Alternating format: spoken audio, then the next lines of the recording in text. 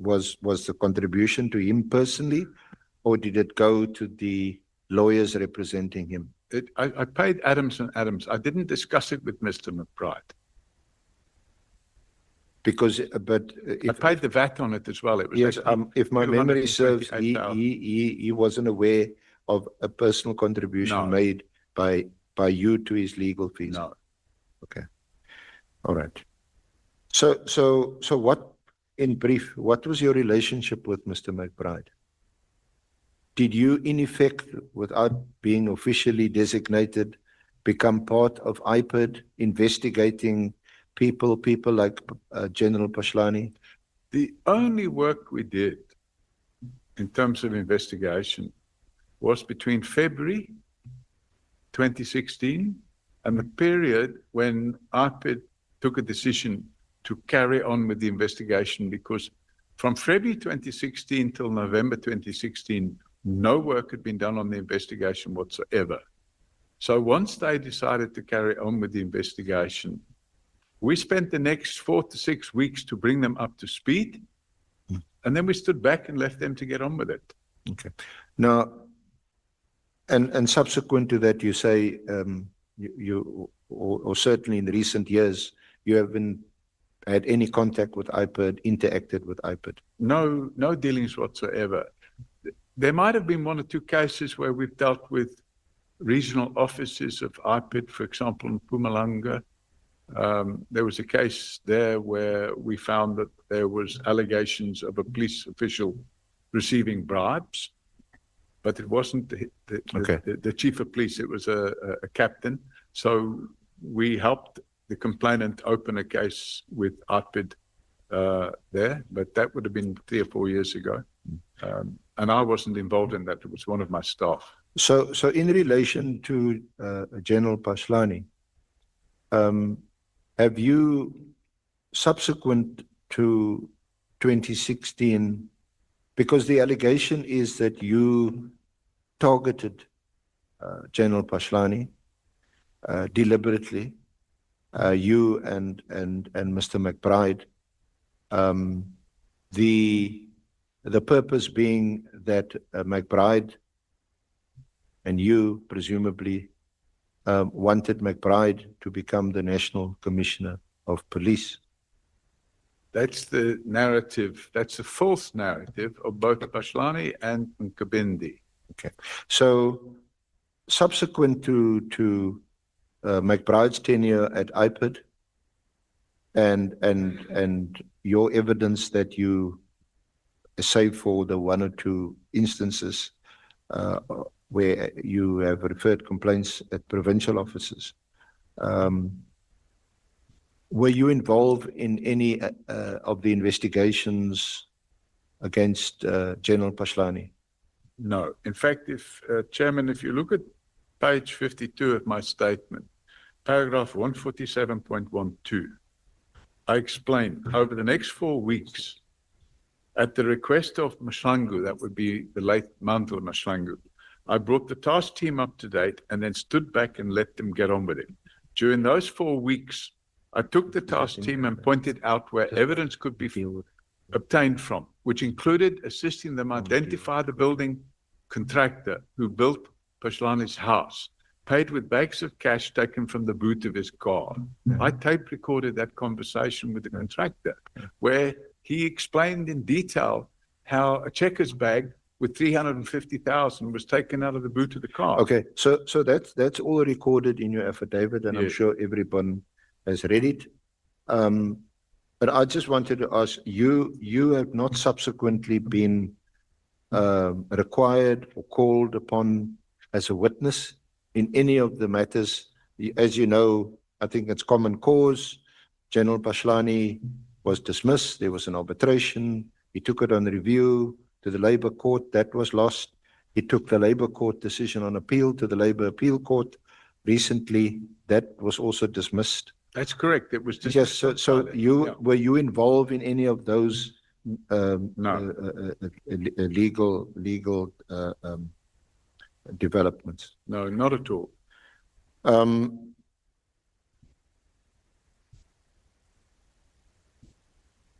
Questions are asked given your,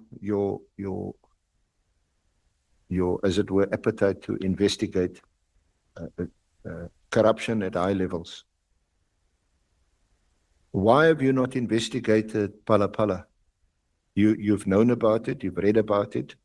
There's been lots of media attention given to that issue. Chairman, the first I knew of Phala Phala was in June.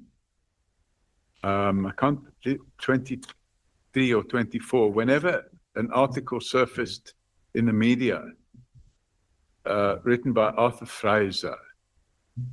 And Arthur Fraser falsely alleged, under oath, that I had helped the then president, in fact, the current president of South Africa, to track down the people that allegedly stole money from his couch.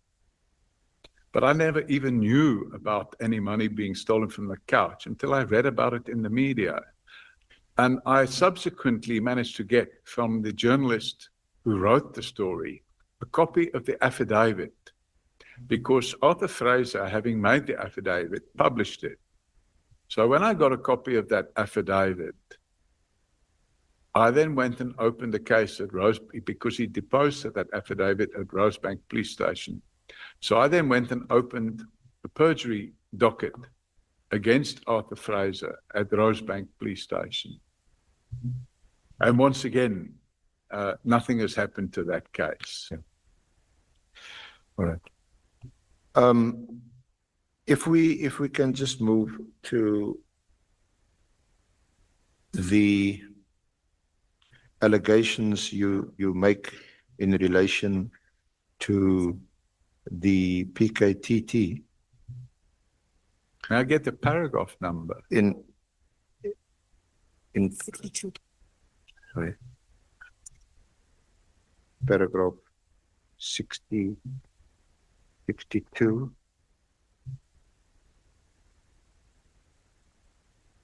In paragraph 62, you allege, or you say in your affidavit, during his testimony both at Matlanga and at the ad hoc committee of Parliament, Lieutenant General Mkhwanazi remained totally silent about the rampant criminal activity within the PKTT. In that regard, I've been anonymously supplied with the following copies of 4 sworn statements by Sergeant Mkhwanazi, dated 16 September 2024, Captain, I don't know if it's OOR,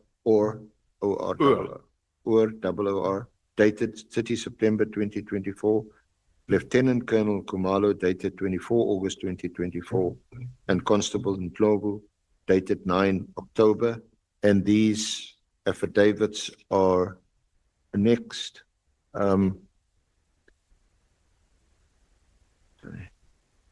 It's at pages 270, 272, 274, and 276.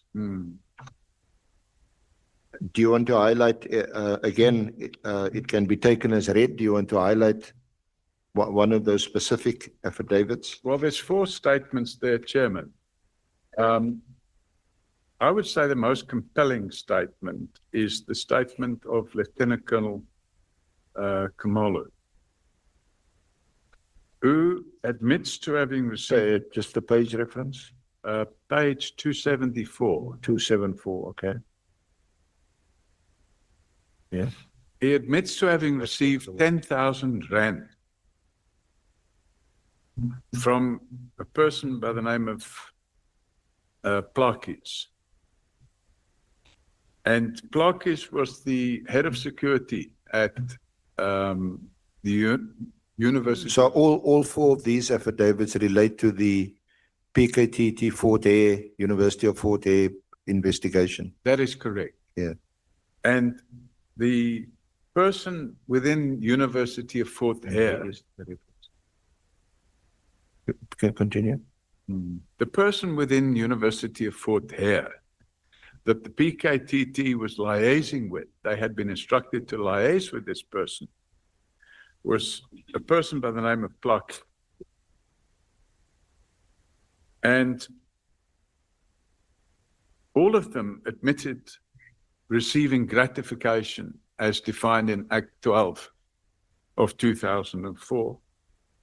And in particular, the leader of this team, this small team, was this Lieutenant Colonel Khumalo, who admitted receiving 10,000 rand, allegedly for purchase of honey, because apparently Colonel Khumalo was selling honey.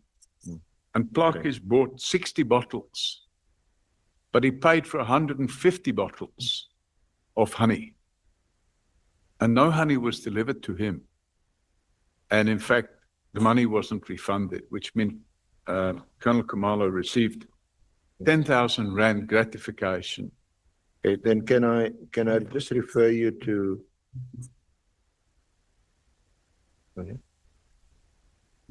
And Plakis was subsequently arrested and charged. He, in fact, was the main suspect. Yeah, I think that's common knowledge. Can I just refer you to paragraph? It's section J of your affidavit, paragraph 96. Section J. What's the page number? It's page 32. Allegations of state-sponsored heat squads at work in KZN. And then page 32. Yeah. You say that that in the week following General Mkhwanazi's media conference, Forensic for Justice were approached by an informer. That's correct. This informer made shocking allegations. As a result, the informer was interviewed over several days and a sworn statement taken from him. To protect the identity of this informer, I've redacted his sworn statement. I've also redacted the transcript of the main interview. You say unredacted versions will be made available to the Commission of Inquiry, and you attach the statement, and it's J638 to 634. So can you go to 638 and 6?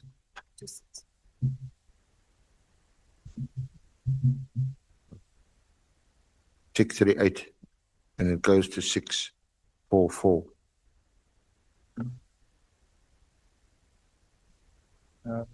Yes, I'm there.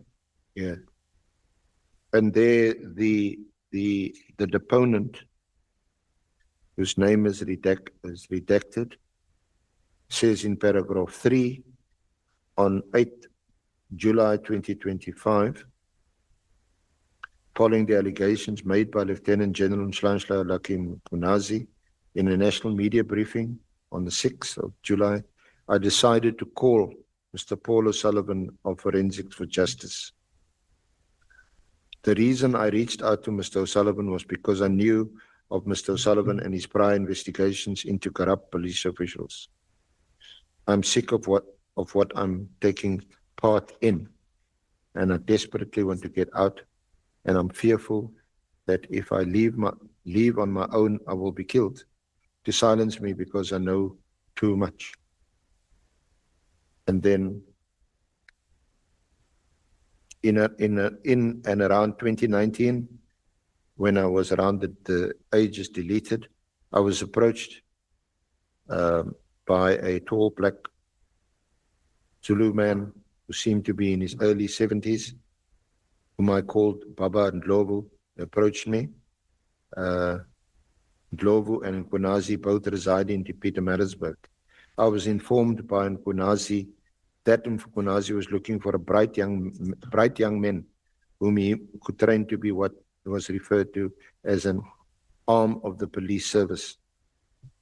I understood this to mean that we would be trained to support services to the police. Paragraph 6, I, along with at least 40 other young black males, took part in rigorous training for approximately 7 months.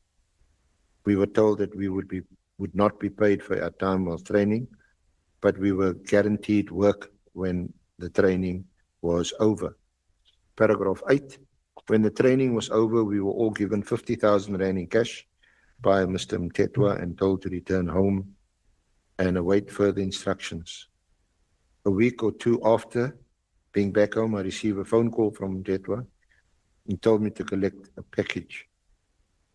Upon my arrival, I would meet some man. I never knew his name, but he knew who I was and what I looked like, and he handed me a further 50,000 rand cash, which was held together by an elastic band. A few weeks later, I received another 20,000 rand in cash in the same manner. In total, I received after the training was therefore 120,000 rand. Paragraph 9, in and around the end of 2019, early 2020, there was civil unrest in KwaDukuza, KZN, and I received a phone call from Mtetwa telling me to go to the same meeting spot. I was collected by prior arrangement by bus, and the driver was the same man who would hand me the cash every time. We were transported to a meeting spot near the Rainbow Chicken Farm in Hammersdale. By the time of our arrival, there were about 19 or 20 of us in the bus. We were all given suit bags with our names on it, with blue SAPS uniform inside them. The SAPS uniform didn't have any ranks on them and nor our names on the pocket, but they look exactly like blue SAPS uniforms. Later on, and in our time with the task team, our SAPS uniforms were given rank badges. None of us were actual police officers or SAPS members.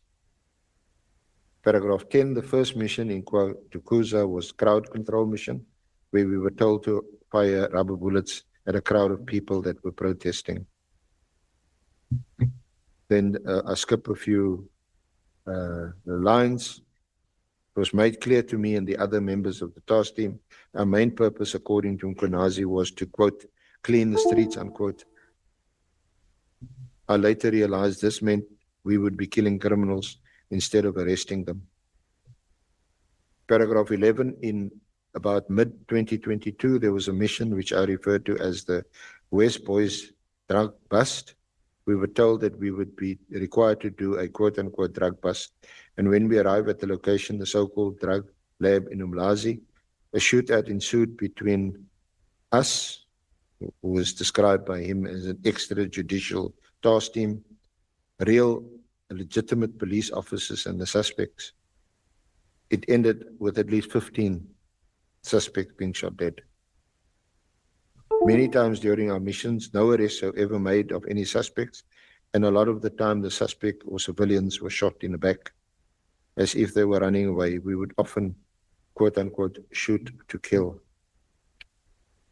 The next mission in paragraph 12, I'll speak about in around August 2024 in section 8, Mkhwanazi. We were told by Mtetwa there was an abandoned house in section 8, Mkhwanazi, where people were using the abandoned house for a drug syndicate and we needed to get rid of them. I understood this to mean they were dangerous and we needed to eliminate them.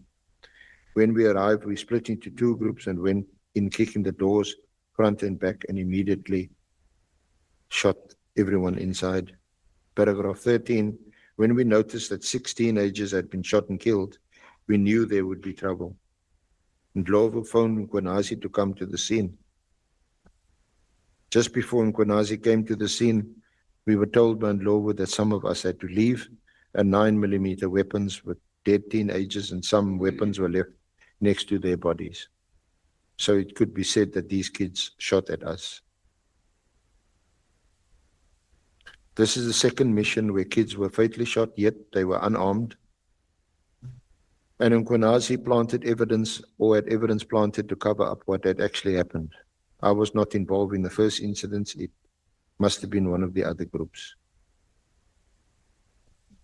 I also wish to mention that Mkhwanazi always arrived at these missions with other police officers to basically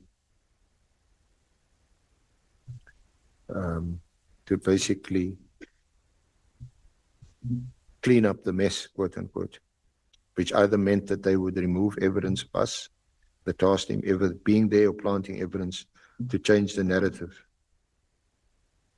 The last sentence in that paragraph, none of us had firearm licenses for the weapons we were using, Wilson police uniform. Then lastly, paragraph 16, whilst working for the task team, I received 20,000 Rand in cash per month. considering there were at least 3 or 4 groups or task teams, each receiving 20,000 rand in cash.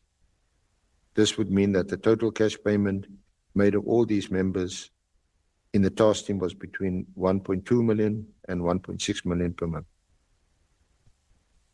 It seems to me there were 3 groups of 20 people, none of them cops. We were all promised that after we had been doing this work for 5 years, we would each receive 5 million rand in cash. What is these allegations clearly very serious? What's happened to this? Has a case been opened? Is it being investigated? What's the status of these allegations? Chairman, we supplied a copy of this. In fact, no, we supplied the original of this in terms of Section 27 of the NPA Act to IDAC. And we supplied a copy of this to a senior investigator who works for IPID and is based in KZN. And we have left them to get on with it.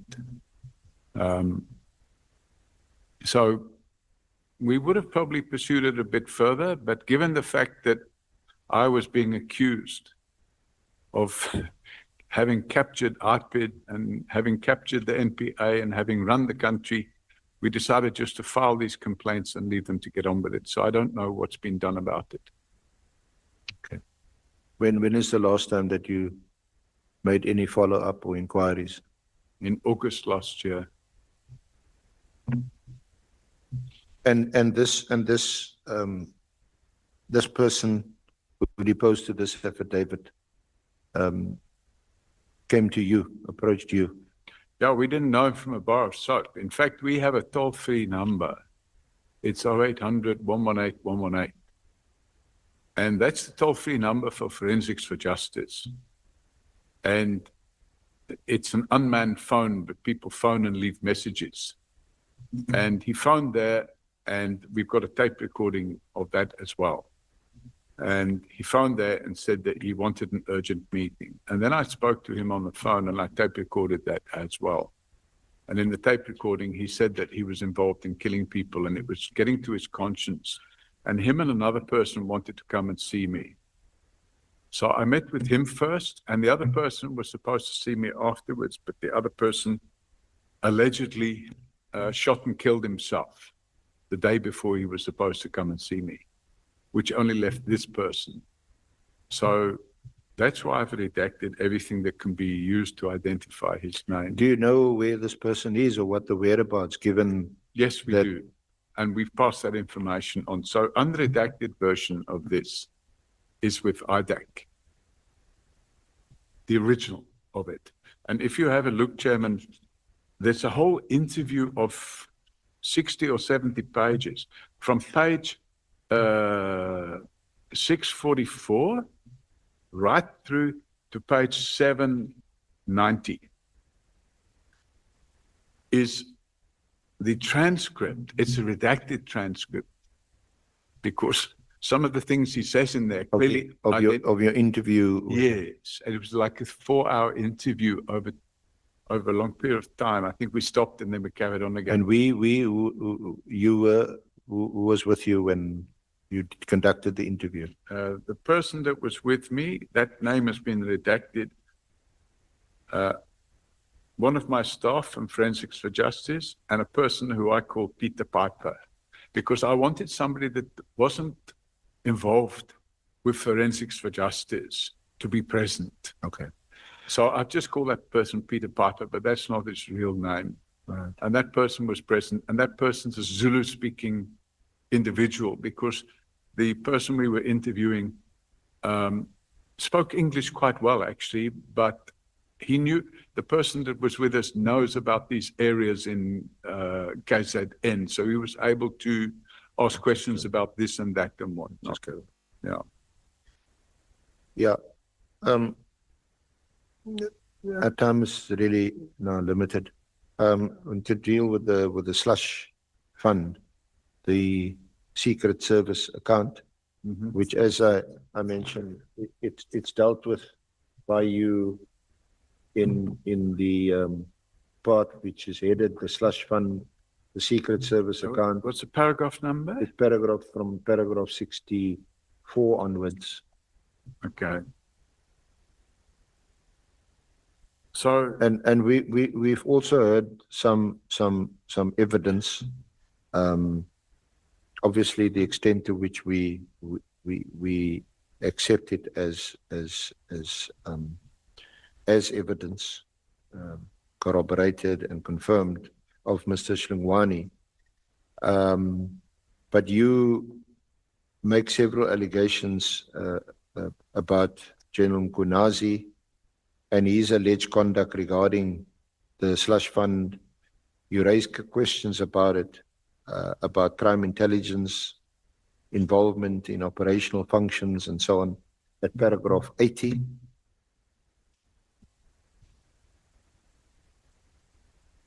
yeah.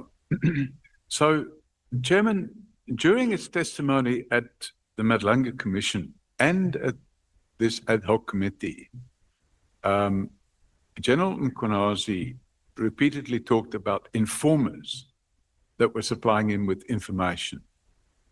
Now, it's not the function of somebody that doesn't have security clearance to manage informers. And General Mkhwanazi had no security clearance. Plus, he wasn't working in crime intelligence. It's a function of crime intelligence to manage informers. And that is the purpose of the slush fund. The slush fund, actually, its real name is the Secret Service account. And that money is supposed to be used to pay the informers to get information pertaining to criminal activity. And then if the information is good and it results in arrests,